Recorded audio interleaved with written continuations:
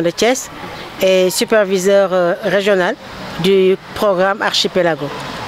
Voilà, est-ce que vous pouvez revenir avec nous justement sur l'opportunité de cette rencontre? Il s'agit aujourd'hui de l'atelier de relance du cadre de dialogue des parties prenantes au niveau de la région de Thiès.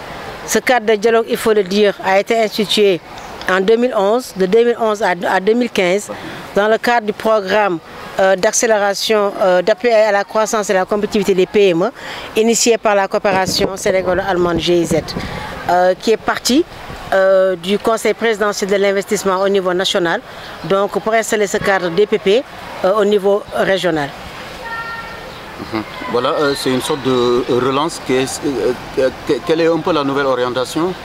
Mais il s'agit de relance parce que dans la première partie de la mise en œuvre de ce cadre de dialogue DPP de 2011 à 2015, on avait identifié vraiment deux thématiques qui portaient sur la facilitation de la formalisation des PME et l'identification des filières et créneaux porteurs de la région.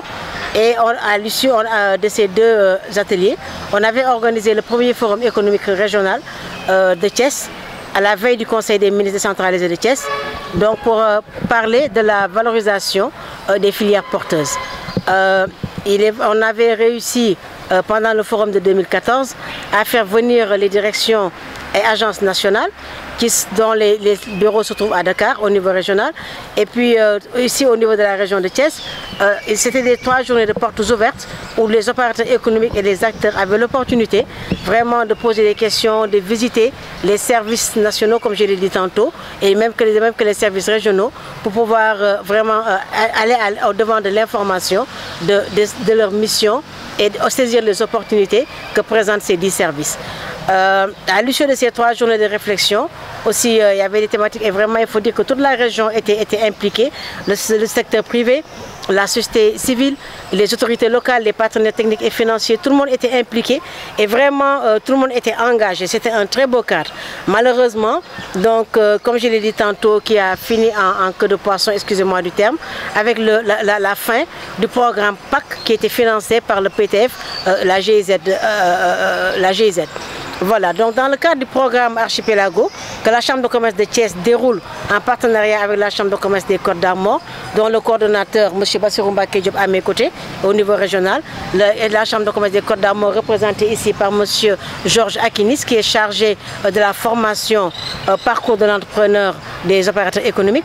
Donc, dans le cadre de ce projet Archipelago, comme je le disais tantôt, dont l'objectif principal est de jouer notre partition dans l'insertion professionnelle des jeunes avec une formation certifiante sur les métiers en tension de la région. Donc, quand on parle d'insertion, évidemment, on parle de PME qui doit insérer les opérateurs économiques. On parle d'auto-insertion avec les TPE qui doivent se créer. Donc, on a pensé mettre dans le projet la relance du cadre DPP. Parce qu'à l'époque, vraiment, le cadre DPP avait réglé beaucoup de problèmes au niveau de la région. Donc, les réflexions et les propositions qui en avaient découlé ont participé à la facilitation de l'environnement, à la facilitation de la création d'entreprises.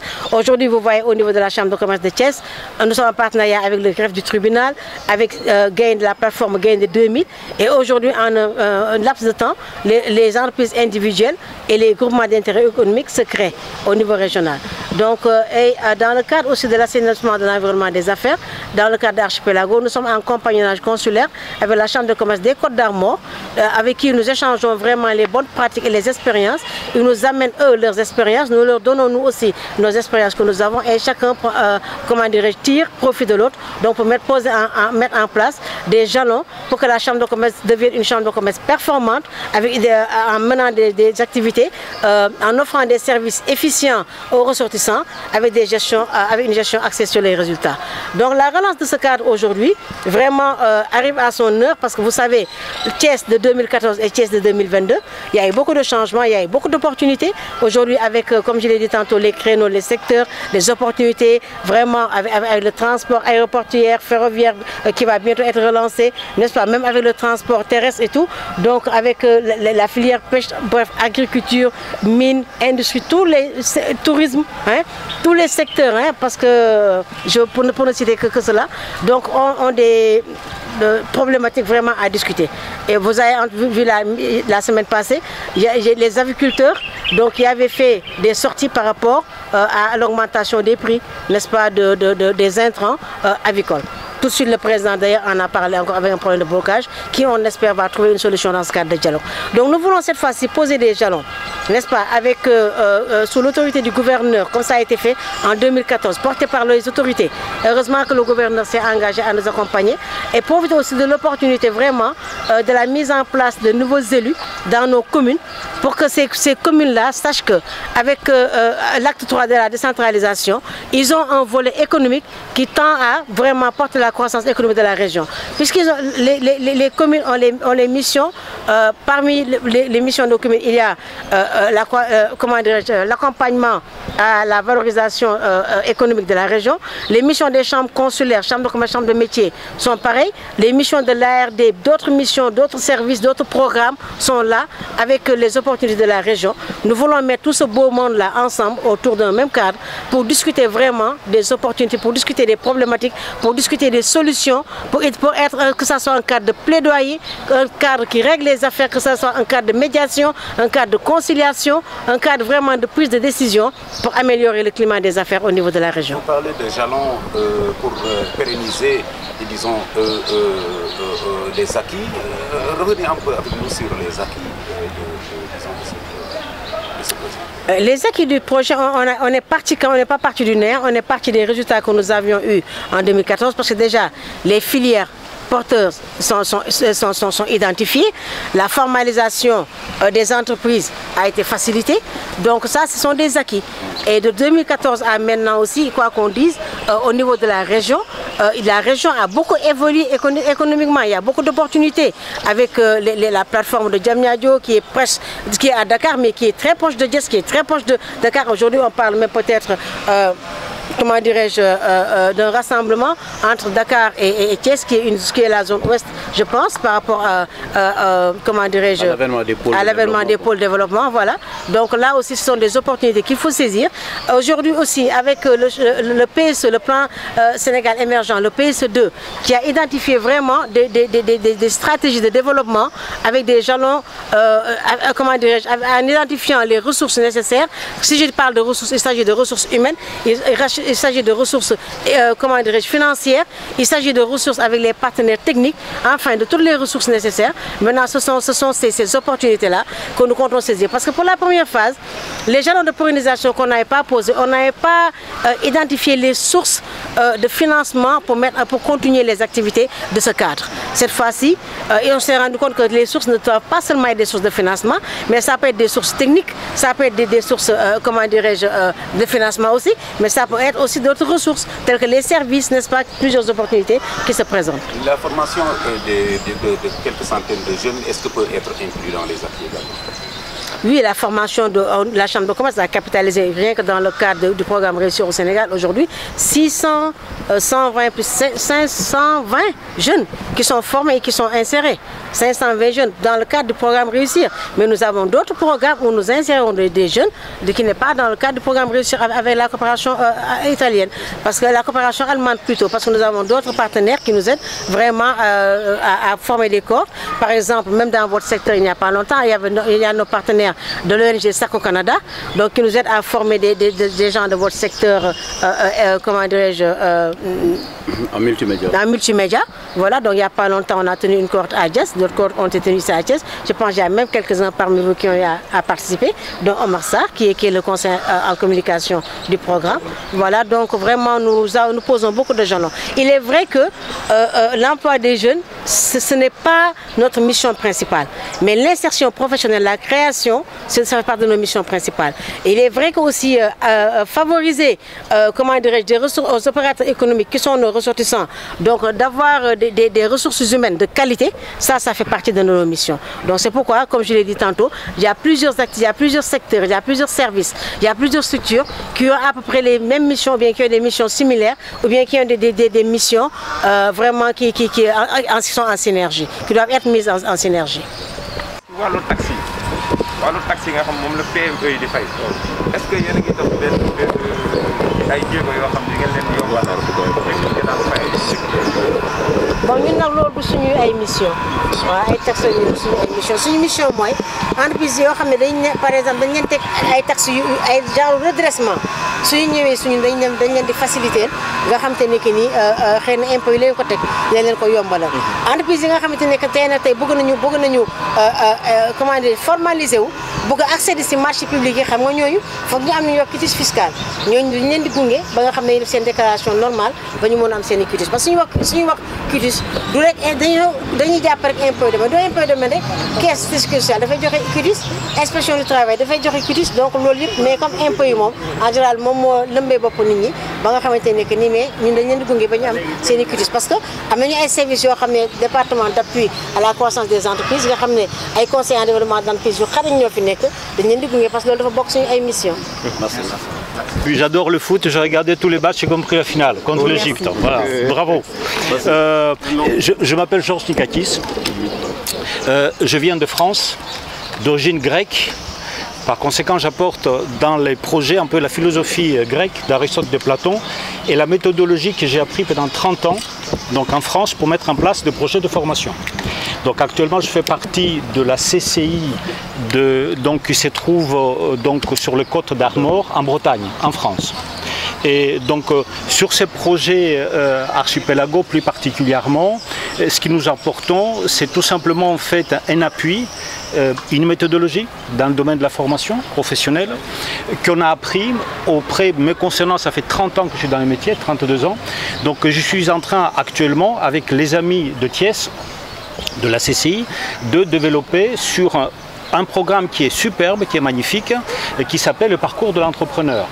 Sur ce programme-là, pourquoi déjà a été monté? Pour pouvoir donner les outils, la digitalisation aux chefs d'entreprise, comment monter un site internet, c'est des choses pratiques. Hein. Comment gérer le personnel, comment monter les tableaux de bord de reporting au niveau économique, des choses concrètes, comment commercialiser au Sénégal ou à l'international. Bref, c'est un super programme de 20 jours de formation qui est conventionné par l'Europe. La CCI, mon CCI de France vient pour appuyer, pour livrer son expertise. Et puis ici, localement, ce sera un programme à 100% développé par des experts sénégalais que nous avons rencontrés et qui sont des gens extraordinaires qui maîtrisent parfaitement les différents segments de la formation. Ce que j'ai cité tout à l'heure, je peux ajouter comment établir sa stratégie d'entreprise, comment établir son projet d'entreprise, comment mettre en place un marketing opérationnel pour vendre ses produits et services à travers la communication. Là, vous êtes en train avec les caméras de filmer, mais ensuite comment on va marketer l'offre, l'image, pour que les entreprises sénégalaises dans le bassin de Thiès, de pouvoir en fait développer leur entreprise. Ces projets-là s'adressent à 80 élus, 80 entreprises seulement. Nous avons dans notre base de données ici à Thiès 200, donc il y en a uniquement 80 places à saisir. C'est un programme de 20 jours développé par 2 plus 2 plus 2 plus 2 jours. Et c'est un programme qui est holistique, global, qui permet en fait de donner des outils à toutes les entreprises. Mon constat à moi, parce qu'avant de développer ce programme, j'ai été déjà donc l'année dernière, le mois d'octobre, ici parmi les amis de la CCI de Thiès, j'ai visité des entreprises, j'ai questionné en fait des chefs d'entreprise magnifiques avec un dynamisme génial, mais qui sont souvent soit autodidactes, ils ont appris ça dans le tas, soit des niveaux complètement inégalés. Vous avez quelqu'un qui a fait des études, je ne sais pas, au Canada, aux États-Unis, d'autres qui a fait des études en France, d'autres qui n'a jamais quitté le pays. Mais ce sont des gens qui ont un fort potentiel humain. Moi, j'ai jamais vu ça dans ma vie professionnelle. Donc le profil n'est pas que pédagogique alors, ou académique. Il y a un profil, il y en a bien entendu avant tout ça, c'est les côtés pédagogiques. On s'adresse, on est des pédagogues, on s'adresse à des humains. Alors, la finalité, c'est laquelle? Donc, homogénéiser, donner à tout le monde les mêmes outils, et chacun, il va les adapter, bien entendu, dans son contexte, en fonction de son budget. Quelqu'un qui a beaucoup de moyens économiques, il va monter un sacré site web pour promouvoir son offre. Il va acheter des AdWords, vous savez de quoi je vous parle, sur Google pour pouvoir promouvoir son offre. D'autres, ils vont se limiter juste sur un site vitrine. Bref, chacun, il va adapter. On n'apporte pas la vérité n'existe pas. À la limite, s'il y en a une vérité, c'est le terrain. C'est-à-dire, c'est que les chefs d'entreprise vont faire concrètement pour développer leur activité, leur business, pour parler anglais, leur business sur le terrain. Le reste, c'est des grandes théories, mais c'est pour ça qu'on se base plutôt à des gens opérationnels. C'est ça les formateurs. Hein. C'est des gens qui sont formateurs. Attends, disons de la partie sénégalaise. Mais, déjà quelque chose qui a déjà démarré, ils n'attendent pas aujourd'hui, ils attendaient peut-être lorsque le projet a démarré, mais moi j'ai constaté qu'il est là, ils attendent en fait une mobilisation générale. Voilà.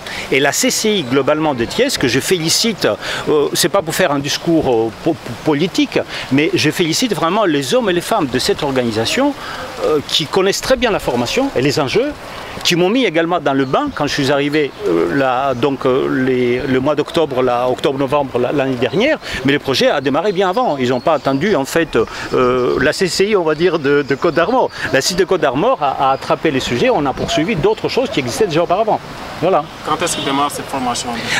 Alors, merci pour votre question. La formation démarre demain matin à 9 h. Okay. Le premier module s'appelle développement personnel. Nous avons déjà 16 inscrits et il y en a d'autres qui se bousculent au portillon, mais chacun à son tour. Il y en a 80 places à saisir. Il y en a 5 groupes de 16 chefs d'entreprise qui participent au projet. Donc demain et après-demain, c'est le kick-off, le démarrage de la première et la deuxième journée du premier module sur 9 modules existants. Les critères de participation, pardon? Les critères de participation, les deux choix, disons. Je pense que le premier choix, c'est la motivation. Voilà. La motivation des entrepreneurs. Voilà. Donc effectivement, il y a effectivement la volonté d'insérer des jeunes, parce qu'on n'a pas évoqué ça, mais c'est l'autre volet qui a déjà démarré.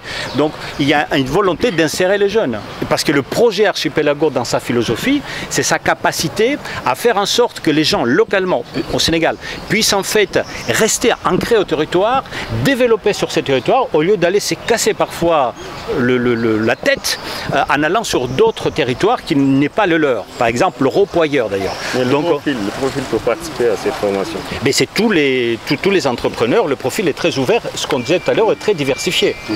Voilà, il n'y a pas un profil type, on ne cherche pas quelqu'un qui a entre 30 et 35 ans. Non, non, les gens qui vont venir sont des gens d'ailleurs que j'ai rencontrés. Hier, nous avons une réunion ici avec 18 en fait, chefs d'entreprise, des profils très diversifiés. Des jeunes, des pas jeunes, des autodidactes, des hommes, des femmes. C'est magnifique. Et vive la diversité. C'est ça qui fait avancer en fait la véritable réalisation et la réussite d'un projet. Merci beaucoup. Merci à vous.